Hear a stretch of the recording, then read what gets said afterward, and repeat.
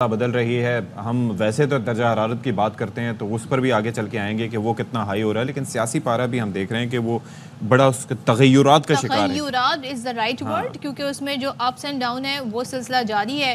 اور ایک طرف ہم یہ دیکھ رہے ہیں کہ سیاسی صورتحال میں ایک جو بڑا فیکٹر نظر آیا ہے وہ ہے جی گرینڈ ڈائیلاگ, بات چیت, ایک دوسرے کو منانے کی کوششیں.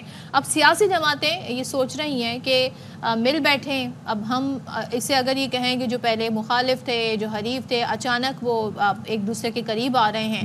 تو پاکستان تحریک انصاف اور مولانا فضل الرحمان کے درمیان تو دوریاں سب کو پتہ ہیں جو ان کی ماضی رہا ہے وہ کیا ہے, لیکن اب جو یہ ملاقاتیں ہو رہی ہیں, رابطے ہو رہے ہیں, تو گزشتہ روز بھی اپوزیشن لیڈر عمر ایوب کی مولانا فضل الرحمان سے ملاقات ہوئی اور مولانا صاحب بات بڑی نپی تلی کرتے ہیں. وہ جب بھی کوئی سٹیٹمنٹ دیتے ہیں تو انہوں نے کہا ابھی تو ہمیں منانے کا سلسلہ جاری ہے, ابھی تو یہ سلسلہ چلے گا. لیٹس سی کہ کیا سٹیٹمنٹ تھی مولانا فضل الرحمان صاحب اور عمر ایوب صاحب کی.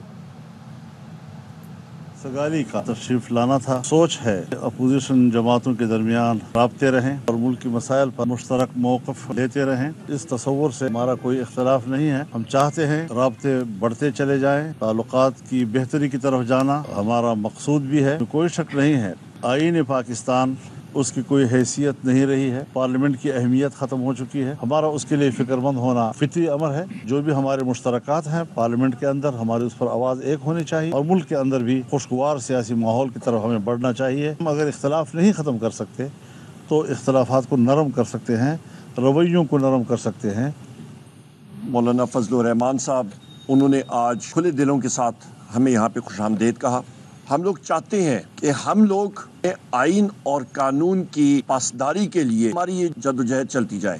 بڑی طویل اور اچھی گفتگو ہماری ہوتی رہی, ہوتی بھی جائے گی آگے. مولانا فضل الرحمان صاحب کا بہت شکریہ ادا کرتا ہوں, کھلے دل سے انہوں نے ویلکم کیا. یہ جو ایشوز ہیں, جو ہمارے مشترکات ہیں, اس پہ ہماری ڈسکشن رہی. خاص کر جو اس وقت ملک میں آئین معطل ہے اور بنانا ریپبلک یہ ملک بنتا جا رہا ہے, اس وقت اس ملک میں کوئی راستہ اور نہیں ہے. اس وقت جنگ جاری ہے, کسی حکومت کو گرانے کسی کو لانے کی نہیں ہے, قانون کی عملداری قائم کرنے کے لیے ہے.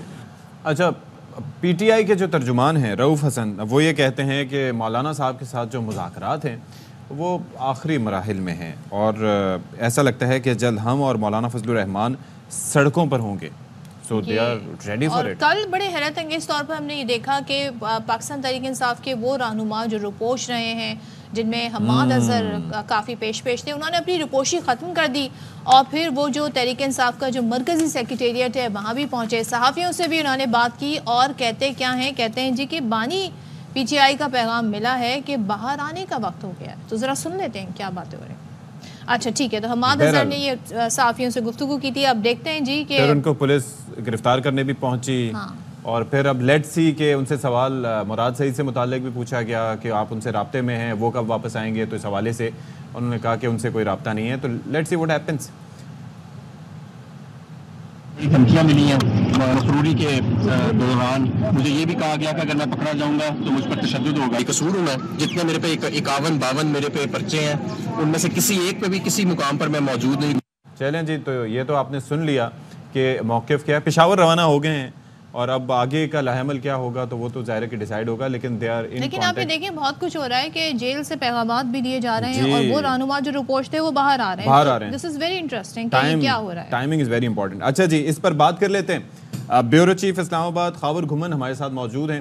Thank you so much for joining اس Khawar Ghumman, and a very good morning to you جی. Thank you and welcome back on screen, Ishfaq Sati sahab. You are dearly missed on screen. Thank you so much Khawar بھائی, thank you so much, means a lot.